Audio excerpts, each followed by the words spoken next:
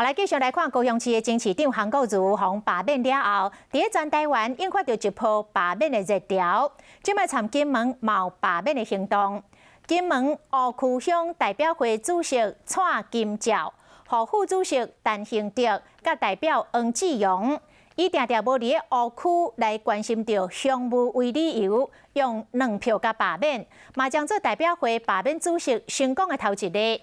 这个代表会主席蔡金照非常的不满，打算要按铃控告。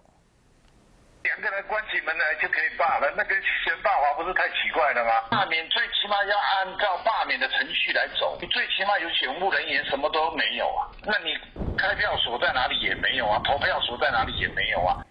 蔡金照讲，感觉这种的罢免是咧耍囡仔戏。